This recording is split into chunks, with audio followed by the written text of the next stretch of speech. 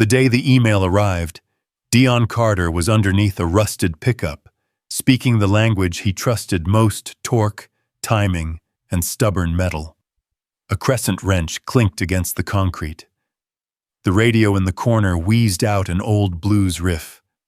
Heat soaked through the cinder-block walls of the shop like it always did in July, turning the air thick with the smell of rubber and spent oil. Dion slid out on the creeper, wiped his hands on a rag that would never be clean again, and thumbed his phone awake through a spiderweb crack. He almost deleted it.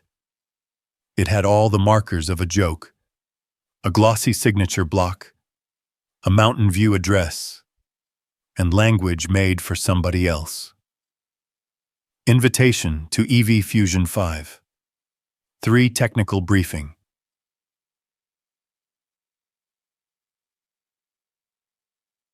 Vector Volt Motors. Wednesday, 10 a.m. Confirm attendance. His thumb hovered. The pickup's owner, a barber from up the street, called from the bay door. "You got me by lunch, Dion?" "Try me at 2, Dion answered, eyes still on the email. He tapped open the message, scrolled to the bottom for the tell bad grammar. A weird link. Anything. It was clean. Real domain. Real names. Real mistake. He laughed once, sharp and disbelieving, then walked to the sink and scrubbed until the water turned gray. When his hands were passably human, he called his sister. Lila picked up on the first ring. "I was just thinking about you." "You eat?" "Later." He told her about the email. Silence. Then a breath, half amusement and half warning. "They're fishing, Dee. Or worse, they want to clap when you sink." "I know," he said, because he did. He had seen the look before, first in school when he asked for extra algebra books, later in job interviews when the manager scanned his resume, and then his knuckles. He heard it in the tone that meant, "Prove you belong." "But if I delete it, I'll still hear them." "If I go, at least I'll know what the dragon looks like." "Then go," Lila said finally. "But don't go alone. I'll take you with me," he promised. "In my ear." That night he closed half an hour early and spread his life across the metal work table. Spiral notebooks with dirty thumbprints and clean ideas, pizza box sketches of heat loops and airflow paths, a shoebox full of salvaged fans, and a palm-sized mock-up of a lateral converter he'd been slowly coaxing into existence after hours. Under his breath, he repeated one of his father's sayings, the words smoothed by 100 repetitions. "When they won't give you a chair, build your own table." He didn't own a suit. He owned a single clean shirt that remembered old stains the way the body remembers old grief. He packed that, the notebooks, the mock-up, and a nervous hope into a backpack and bought a one-way bus ticket that cost more than comfort. The driver loaded the luggage. Dion climbed the steps and took a window seat. 30 hours is a long time to doubt yourself. He watched the country unfold like a map in slow motion, pine to desert to crowded skyline, while his mind went back to the shop after closing time, to the hymn of tools and the simple truth that when he listened long enough, machines told him what they wanted. He fell asleep and woke up with a crick in his neck and a harder question beating in his chest. What am I walking into? He arrived in Mountain View before sunrise and washed at a diner sink that didn't care where he'd come from. The sun climbed the sky in slick corporate increments, and he walked the last blocks to Vector Volt's headquarters, a glass and steel certainty with its own reflection. Self-driving prototypes slid past like quiet sharks. The mirror walls made him smaller. Still, he pressed his hand to the door and went in. The receptionist's smile did its professional duty until his name made it falter. She checked, double-checked, made a call. A man in a tailored jacket appeared, as if conjured by policy. His badge said Ethan Cho, Tech Coordinator. "Mr. Carter?" Ethan's surprise hid behind a polite nod. "That's me." "Ah, there seems to be—" We pulled a list from public innovation forums. "Your name, well, come along. We'll sort it." The hallways were a museum of certainty-framed magazine covers, patent plaques, the bronze bust of a founder who looked like the kind of man the world already believed. The boardroom was cool and relentless. Glass table, floor-to-ceiling screens throwing up efficiency graphs and thermal thresholds, the city crowning the distance. A dozen engineers, each with the posture of someone used to hearing their own voice echoed back by important walls, turned in unison when Dion and Ethan entered. No one had to say it. He saw the flicker that moved across faces like a small wave. Wrong room, wrong clothes, wrong man. Ethan cleared his throat. "Gentlemen," and one woman with a pen as sharp as her bun, "this is Mr. Dion Carter. He received our invitation." A man whose watch cost more than Dion's truck lifted an eyebrow. "How enterprising." Another, younger, with gel-perfect hair and a careful smirk, murmured, "Must be facilities." Dion stayed standing. When he was a kid, his mother told him to stand when he felt small. He fixed his eyes on the data instead of on the mouths that shaped laughter. They were stuck, the graphs said. High heat, fried inverters, a ceiling at 68% efficiency that wouldn't budge past 74% without meltdown. 8 months in a holding pattern. Gel hair folded his arms. "We're trying to push to 80. The bottleneck's the inverter. Any thoughts, Mr. Carter?" Dion thumbed open his notebook. The pages smelled faintly of solder. He tapped a sketch of a circuit he had drawn at 3 a.m. between brake jobs. You could redirect the current through a lateral converter and keep the heat moving with server fans. The kind they use in racks. They're built to run hard in tight spaces. Heat goes here, and he traced a loop. You'd need proper shielding. But you don't have to replace the boards. Silence. Not the respectful kind. The kind that waits for a punchline. The woman with the pen glanced toward the watch. He sighed into a polite smile. "I've spent 15 years on high-voltage systems, and I assure you, we don't run junkyard parts in our drivetrains." Dion swallowed the first answer. The second was cleaner. "You've spent 8 months stuck." "I'm not saying make it your final build. I'm saying you can get to the other side of the wall without burning down the house." Gel hair chuckled. "Great. Tell you what, genius build it. 3 days. You get to 80 without frying our inverter. I'll carry your toolbox into this room myself." The director at the head of the table, narrow beard. Colder eyes stood and faced the window the way a judge does. "Let's make it official then. 3 days. You bring us something that runs on our track. We'll listen." Dion closed his notebook, thumb along the edge to steady the small tremor in his hands. Done. On the way out, no one stopped him. He didn't ask for a tour. He didn't look back at the bust. In the parking lot, a security guard's gaze followed him a second too long. He called Lila with the engine idling. "They gave me 3 days," he said. "I know that tone. That's the tone of men who want to clap when you fall. I'm tired of handing them applause." "Then build," she said, "and drink water." Back in South Atlanta, the shop swallowed him like a church. He hung his only clean shirt on a nail, tied a rag around his head, and turned the radio up until the corners hummed. He pulled everything he had to the center table. Fans scavenged from dead servers. Heat sinks from a gamer's discarded tower. Braided wire from a treadmill that had given up on New Year's resolutions. The transformer husk of a microwave that had retired in smoke. He sharpened a pencil, drew a cleaner version of a loop he'd dreamed, and started. Time works differently when you're building a thing no one asked for. First it goes elastic, stretching into long, thin hours that feel like they might snap. Then it tightens, whips back, and suddenly the sun is gone and back again. He burned his fingertips.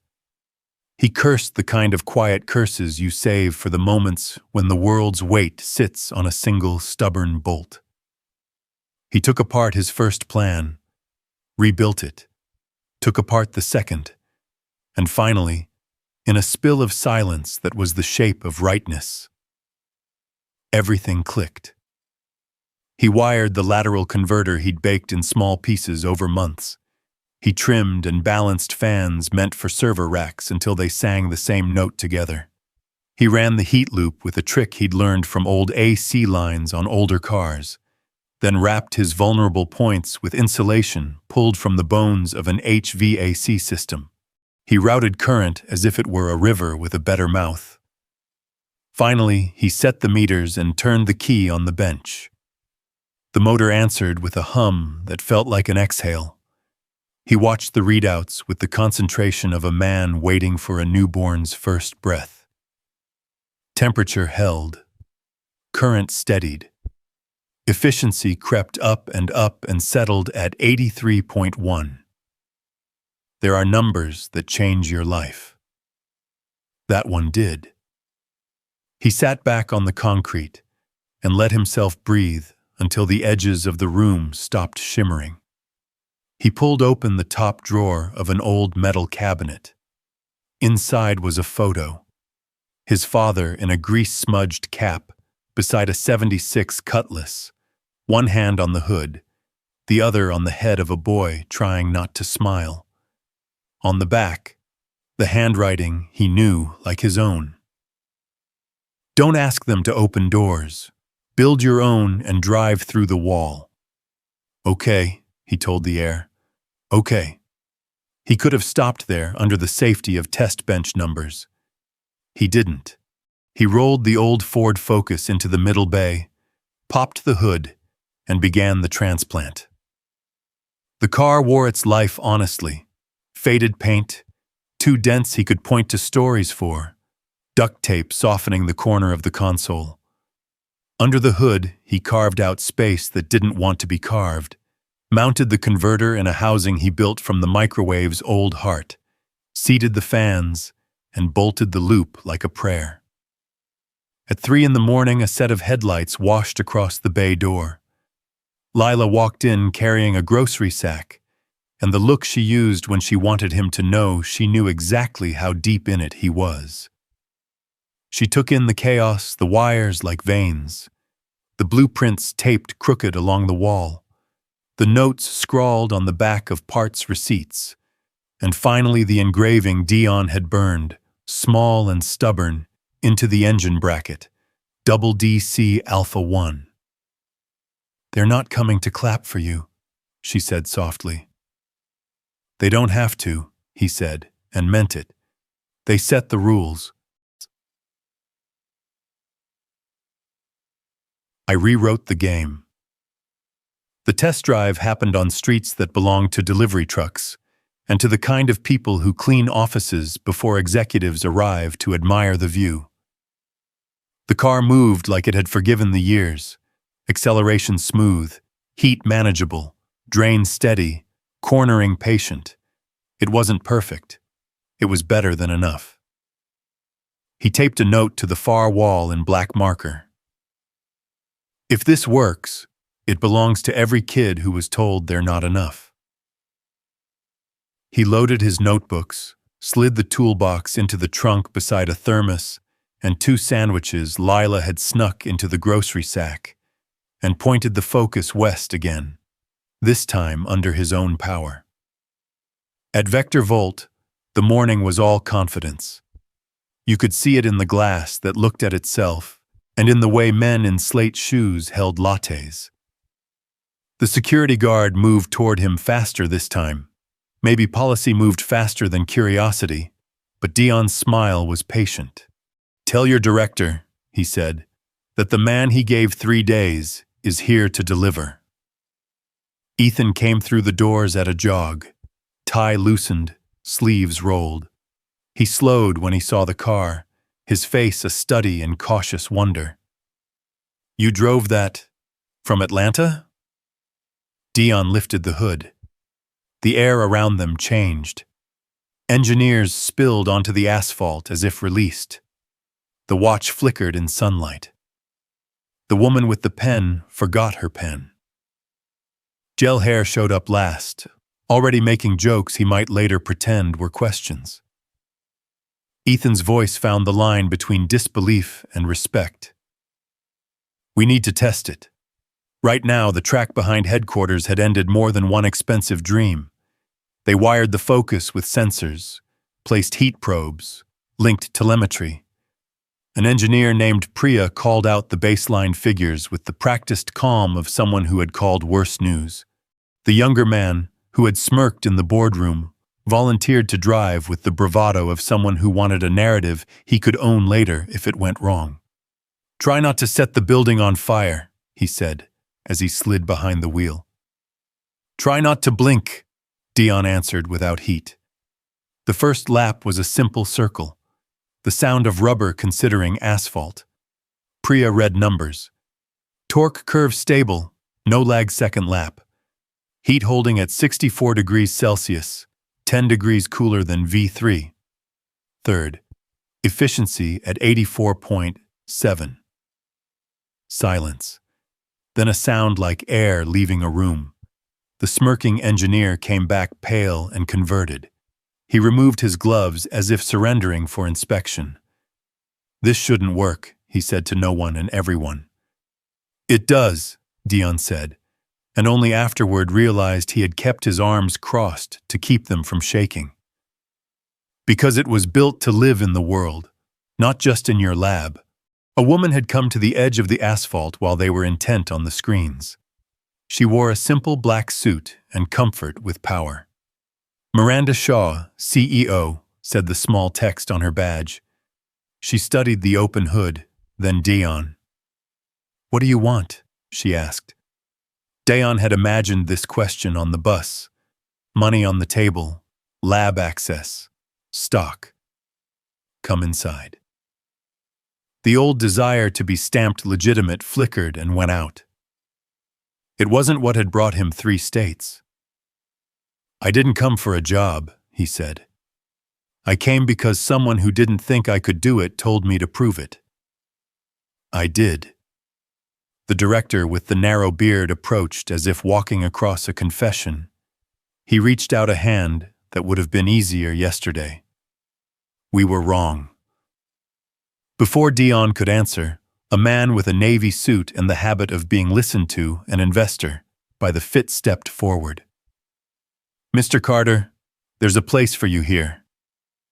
A division, your own team, full resources, patents in your name, lead innovation within VectorVolt." Nearby, Gel Hair studied the asphalt. The watch had nothing to say. Priya's eyes were bright with a complicated kind of hope. Dion looked past them to the hills, and past the hills to an old shop in South Atlanta, and past that to a kid not yet tall enough to see over a hood. He saw rooms he had never been invited into. He saw rooms he could build. "I want a lab," he said. "Not here. In my neighborhood. I want to stand up a place where a kid who rewires a broken scooter because no one can afford a new one can walk in, pick up a screwdriver, and be told their hands are good for more than sweeping. I want to build with the ones you don't see until they drive onto your track. I'll partner on safety. I'll share what I learn. But I'm not moving in." The investor studied him for the time it takes to evaluate a man as a market, and then maybe as a man. He nodded. "We can support that." "Don't get in the way," Dion said. "That's the support I need." Months later, the newspapers tried to keep up. They ran his name next to pictures of engines, and then next to pictures of kids in safety glasses. DC Alpha Series trended. A small engraving on a block became a badge whispered from shop to shop. A conversion of an old warehouse on the south side of Atlanta woke to light.